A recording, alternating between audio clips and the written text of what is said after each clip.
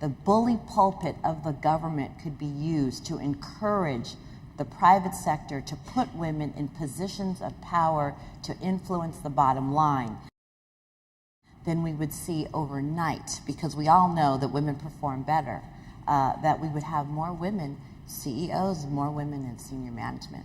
And conversely, we would have more women running large firms instead of small. Donna, you're really picking up on some of the system, and maybe we get to the Gender Lens 3.0 pieces here, to pick back up on some of the morning's plenary where Chris was talking about stepping up and taking more risk as a network. I'm curious about anyone's comments. Where do women's funds have the opportunity to step up and take some more risk to push a gender lens forward? Well, one of the things that has often confused me is why you wouldn't consider putting money as an investment into a fund that has the opportunity to grow wealth and then use that as a way to also give more away. And so I think that maybe a lot of people have their buckets very separated as to, this is my investment bucket and that's going in one direction and my philanthropic bucket is going in another direction. But for me, I think these things really overlap. And in fact, for me personally, they're all going in the same direction, because I really think that that we need more wealth creation for women throughout the system. And a large part of wealth creation happens through business. And the reason I give business to a woman lawyer is because as a partner in that law firm, she's going to get more status and she's going to get more profits, and more women with wealth are going to be created, and then they've got more money to give away. And so why is it that Warren Buffett and Bill Gates are the guys with the huge foundations? I think we need more women who are coming up and really creating wealth, and then are the ones who can decide who gets education and who gets water and who gets a mosquito net. I think that that's, really very critical for our world. I want to take a different tack. I want to think about, for the funds that are here, you've got priorities on child and maternal health. You've got priorities on Mideast peace or reproductive rights, or any other area where environment, where you really feel like you want to make your difference.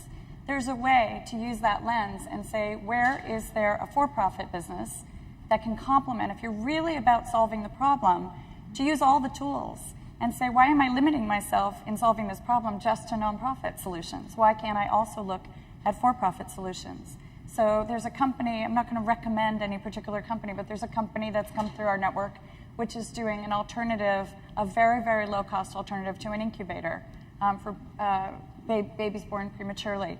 1/10 the cost. Unbelievable opportunity in the emerging markets to really make a tremendous difference. It's a woman-owned business. It's incredibly smart technology. Embrace. Okay, it's Embrace. This is an opportunity for some grant money to go in. She's doing research at Stanford University about whether this is something that would play well in the U.S. as well. There's money needed on the grant side to really prove out her technology and her market opportunity, and there's money on the equity side and loan guarantees and investment across the board for her to really scale up and make it happen. And this is the kind of place where you could say, wow, I was personally part of making that happen, or our fund was personally part of making that happen, either out of grant dollars or out of the corpus or out of individuals that are members of your funds who could decide that they want to get involved in this kind of thing. So, what we've been doing is we've been looking across every grant-making area and saying, where is there an example of a business where you can really use all your tools and dive in? And we don't need to wait 5 years for that to be there. That's there today. Well, maybe I could add on to that, too, because I think a lot of funds are at different places. Where are the Money Dallas women over here? Where are they? The I Love Money Dallas women. I mean, think about that in a context of investment wealth. So you have 30, I don't even know, I can't keep track how many women moving million donors. But again, if you look at the investment assets, so maybe that's a possibility, not that it's just Dallas, to say, find the leadership within your donor community to say, who's interested in this? Who's doing it? Are people doing for-profit investing with a social lens? If not, is their leadership, not saying women's funds need to do it themselves, but leverage their donor community and have that connection, if maybe it's a board member or whatever, to begin to think in a very local sense of whether there's an impact investing fund based in your city that you have a conversation with. Maybe you have a joint event and talk about issues and lift up, like you said, maternal health. Locally, it might be a lot around, environmental issues. Maybe there's something in the job creation sense where you have, I think one thing women's funds do is really invest in women that have fewer economic opportunities. So it's this, I think it begins to frame again the morning conversation, expand the thinking. Expand the thinking about what is possible, have an imagining session. We made with David Gershen's here, author of Social Change 2.0, and we met, to Stephanie's point before this, imagine what's possible if you begin to expand the boundaries and of the conversation in terms of the impact, and that can only reflect positively back on your own foundation and women's funds as being the igniter of that conversation. So go ahead, Joe. I was going to say, I think a lot of us try, to make a difference in manifold ways. We vote, we're active in our community, we sit on the boards of nonprofits, we recycle, we drive a Prius and so forth.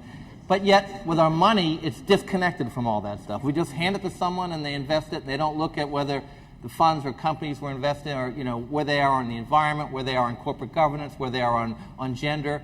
And that disconnect, I think, is related to the fact that people for a long time have thought, well, my money, I'm saving up for my kids' college education, I'm saving up for my retirement, I've just got to get the highest returns possible there. So that's a whole different thing. Well, you know what?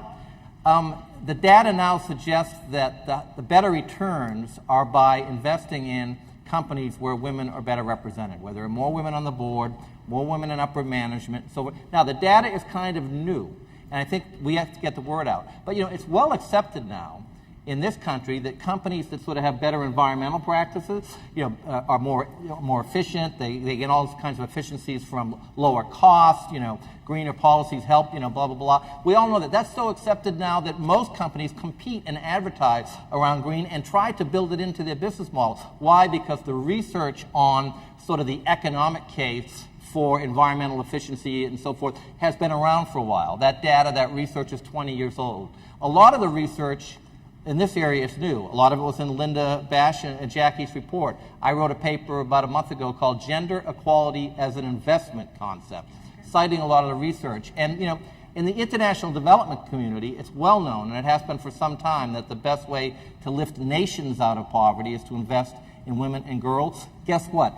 The best companies, not just the best countries, the best companies are the ones where women are represented, that focus on promoting, empowering women, that practice gender equality, and that's where our investment dollars should be going.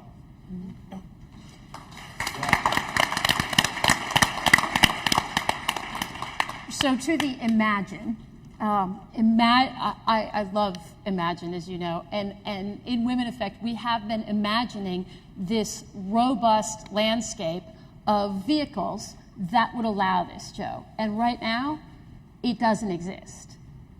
We did a landscape report. It's embarrassing what's possible right now. If you come and say, I want to start to invest across my portfolio with a gender lens. And I will just say, half of this panel was with me in Miami before this conference at a conference on empowering women through investing. So this is a movement that's time has come, that's building. There were funds there saying, we want to start a vehicle with a gender lens. Let's figure out how. But what do you guys think it's going to take? I'll give you a very short, albeit very biased answer. But you're not going to have a lot of funds that invest in companies that are better for women until the one fund that's out there that does it has some success. Yes. So, and we just have, but I mean, you're not going to, we have to start deploying our capital in making the existing vehicles success. and other people will see that success and they will launch new vehicles. Right. So we can't wait around for there to be 10 funds. If there are only 2, we got to invest in those 2. Yes. And further to that, yeah. I do think that and I brought this up earlier in Miami, that I'm always concerned that people assume that if you're doing something good and there's a social purpose to what you're doing, that you're accepting a lower return. I can tell you I am not. I have to be able to prove that women are at least as good, if not better, and so it's going to be over my dead body, I can assure you, that we don't get higher than market returns, because it would be such a terrible thing for us if people go away from the Golden Seeds experiment that says women don't know how to invest and women entrepreneurs aren't worth investing in. So we're just not accepting it, and I don't think we should even start to assume that it's going to be the case. Yeah. So I also want to point out to Joe's point of the existing vehicles and what creates new vehicles. When Acción was here on the Women Moving Millions conversation, there was a very clear connection between $1 million gift and some focus at Acción US and the development of a new financial product that allowed women to get loans. That's a story that philanthropists are very involved in. So this is where philanthropy and investing come together to shape the capital markets to benefit women and girls. Well, it gets to putting your money where your values are. And I just think it's so interesting, and I'm challenging myself as someone who's doing that. I'll write a certain check, on the philanthropy side, almost whatever. And then sometimes that same amount that I'm doing in a for-profit, which really has the same implication. You have a charitable gift, worst case that doesn't turn out, you get a tax loss. And yet I think of it, okay, I'm trying to teach myself, I think of it differently, and I'm stopping that now. And putting your money where your values are. And I'll say that because, when I'm an investor in Golden Seeds and their fund, and this should be a fund that we are absolutely promoting, okay? This is Joe's fund. We've got it. What is wrong with us if we're not promoting this? I mean, it really is crazy. These are great people. They have great managers. It's not like it's higher fee. So we have to begin to really put our money where our values are, and to have that conversation with people. I was in Kathy LeMay's How to Live My Most Generous Life Yet thing. And the one thing I asked for help on is I need accountability. I need to look in the mirror, and you have people saying, oh, I really believe in women, girls. Really, tell me about your investment portfolio. What do you mean? Well, are you investing your for-profit for women and girls? I don't know what that is. Do you want me to help you? Should we have that discussion? What if we have a panel about it? And we don't go there. And we have to go there because it's this shift that we're talking about. These dollars, yes, going here. Yes, expand the pie. Yes, do better grant making. Yes, yes, yes. And here's the opportunity, because it's something we're not doing. Joe's fund, grows to $250 million by the end of the year. That's front page. That's getting attention. Other people's, what? Gender? What? You can make money off women? Now, we've got to be careful with that. Yes. But, again, let's start to really put our money, our for-profit dollars, where our values are and hold each other accountable for that. And that'll make a huge difference. Suzanne, you want to jump in, and then we'll go to room questions. I do. Okay. So another place where philanthropists can really make a difference is by doing loan guarantees. So we look at a lot of early stage businesses which have a really hard time getting access to debt. And one of the opportunities is to park your money in a bank that is lending at a low interest rate to one of these social enterprises where, okay, you're going to get a low interest rate on your money, but you're going to get return of capital and something, and your money is going to be out there working to support women-owned businesses or women-focused businesses. So we've had businesses coming through, I do this, and we've had businesses coming through that are, they're clothing companies that are working with indigenous worker-owned cooperatives in the developing world to produce their clothing. And they're paying them a much higher wage, and they're helping them on production financing. And then they get stuck because these little companies are having to go forward and provide all the production financing for those companies. You can park your money and let it be working to help this piece of the puzzle without it being some huge, risky, sort of early stage equity investment. There are a lot of places where you can look at your foundation assets, your personal assets, and say, where can we deploy this at different stages of risk? And I think it's imperative that we start asking ourselves, that cup of coffee that I'm drinking, who was supporting that, that worker who picked those coffee beans? And so I think we got to look at that whole picture. Can I just have one funny story? Because Jackie, made this slip about anthropology, and so in the startup world, we had a really interesting example. One of my colleagues saw a young company pitch, and they're a very typical-looking company, 2 young guys out of Stanford University. How stereotypical is that for a startup, right? And you know what their product was? A vibrator, a new vibrator.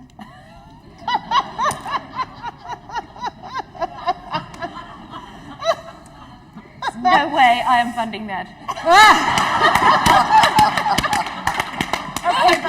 Okay, wait, just to match you. It's probably really big. As long as we're going there, how many of you have heard of L condoms? L condoms? So this is a new condom company, a young woman entrepreneur who is about a 1-for-1 deal. So you buy a condom, and a condom goes to someone in the developing world. How great is it? And it's a beautiful brand. I mean, she has a kick-ass brand designer that is another woman who's based here in New York. This should be the condom company we're all supporting. Come on. All right, so we're going to go on that.